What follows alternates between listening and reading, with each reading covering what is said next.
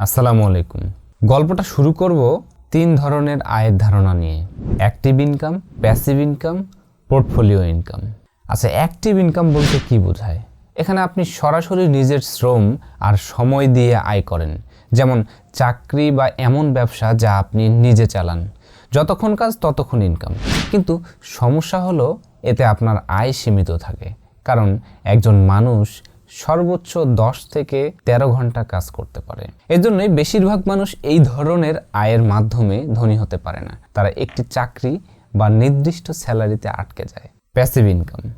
Passive income হলো এমন আয় যা আপনাকে সরাসরি কাজ করতে হয় না। ঘুমের সময়ও আপনি ইনকাম করতে পারেন, যেমন ফেসবুক, ইউটিউব বা ওয়েবসাইট থেকে আয়, দোকান বা জমি ভাড়া, বই বা মিউজিক থেকে রয়্যালিটি। তবে এটা একদিনে শুরু হয় না। প্রথমে প্রচুর পরিশ্রম ও সময় দিতে হয়, কিন্তু এই পথেই বেশিরভাগ মানুষ ধনী হতে পারে। Portfolio income. যাদের টাকা আছে তারা সেটাকে বিনিয়োগ করে আয় করেন, যেমন বিজনেস ফান্ডিং, শেয়ার বাজার বা মিউচুয়াল ফান্ড। এই ইনকামে নিজের সরাসরি কাজের প্রয়োজন হয় না। একটা বিষয় মনে রাখতে হবে, ব্যাংকে টাকা রেখে বসে থাকলে টাকার মূল্য কমতে থাকে। তাই টাকাকে কাজে লাগান। তাহলে আসা যাক, কেন বেশিরভাগ মানুষ গরিব থাকে?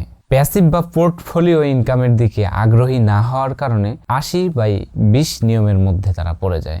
20% মানুষের কাছে 80% সম্পদ। তাই নিজেকে বদলান, প্যাসিভ ইনকাম শুরু করুন। আজ এ পর্যন্তই। নতুন কোনো ভিডিওতে দেখা হবে। সবাই ভালো থাকবেন।